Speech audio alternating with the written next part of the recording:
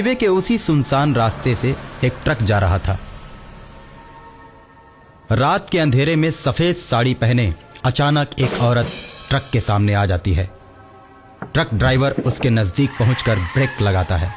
वो औरत हाथ देकर कहती है, भाई साहब, हाईवे पर ही 10 किलोमीटर आगे मेरा गांव पड़ता है, मुझे वहां पहुंचने में मेरी मदद कीजिए। हाँ ठीक है मैडम, आकर बैठ जाइए। औरत गाड़ी पर आकर बैठ जाती है और कहती है, भैया तुम गाड़ी ठीक से नहीं चला रहे हो, लगता है तुम ड्राइवर नए हो। एक तो मैंने आपको गाड़ी पर बैठाकर गलती की और आप मेरे ही बारे में गलत बोलती जा रही हैं। अरे इतना ही डर है तो मैं गाड़ी रोक देता हूँ, आप उतर जाइए। उतरने की बात करता है? अगर मैं ट्रक से नीचे उतरी तो तू भी मेरे साथ चलेगा। मैं ट्रक चलाना जानती हूँ। आगे हाईवे का घुमावदार मोड़ है जिसे मौत का मोड़ कहते हैं, जहाँ नए ड्राइवर्स का अक्सर एक्सीडेंट हो जाता है। और अगर तुम अपनी और मेरी जान की भलाई चाहते हो तो मुझे गाड़ी चलाने दो।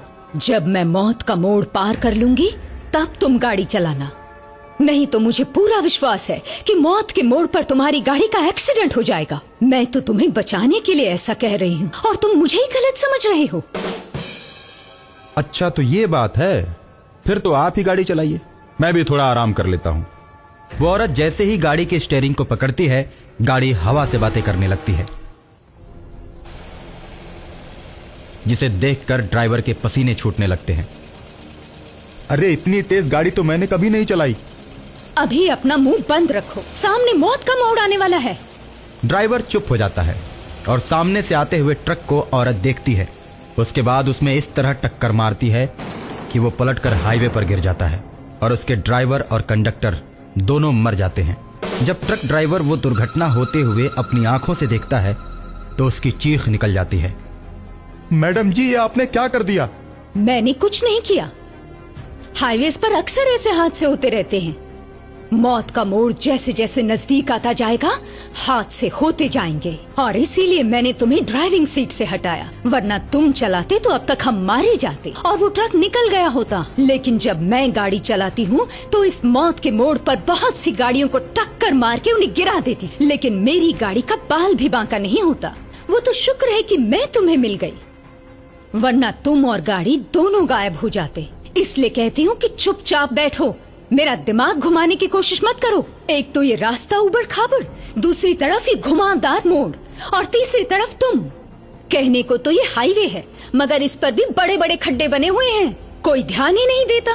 किसी को क्या फिक्र है? गाड़ी पलटती है, ड्राइवर गिरते हैं, गिरने दो। मैडम 10 किलोमीटर तो पार कर गए, आपका गाँव तो कब का जा चुका है।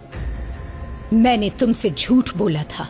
वो देखो सामने से गाड़ी आ रही, उसका भी ड्राइवर नया है, देखो कैसे चला रहा है। अब इस मौत के मोड़ के रास्ते पर उसको मरना ही पड़ेगा। जिसको गाड़ी ढंग से चलाने नहीं आती उसे मरना ही पड़ता है। ऐसा कहकर सामने से आने वाली गाड़ी को टक्कर मारकर खाई में गिरा देती है। ड्राइवर आश्चर्यचकित रह जाता है। देखो ये भी गया। आज की दुनिया में तुम लोगों को नहीं मारोगे तो वो तुम्हें मार देंगे। इसलिए मैंने दोनों ट्रकों को जानबूझकर टक्कर मारी। अगर वो नहीं मरते तो हमें टक्कर मार के मार देते। इसलिए कभी कभी दूसरों को मारना जरूरी हो जाता है। खुद को बचाने के लिए कुछ भी करना पड़ता है। ड्राइविंग के अलावा आप बहुत कुछ दुनिया के बारे में जानती हैं। मैंने भी तो आपको जानबूझकर ही बैठाया है। मैं जानता हूँ हाईवे पर मौत के मोड़ पर दहशत फैलाने में आप ही का हाथ है।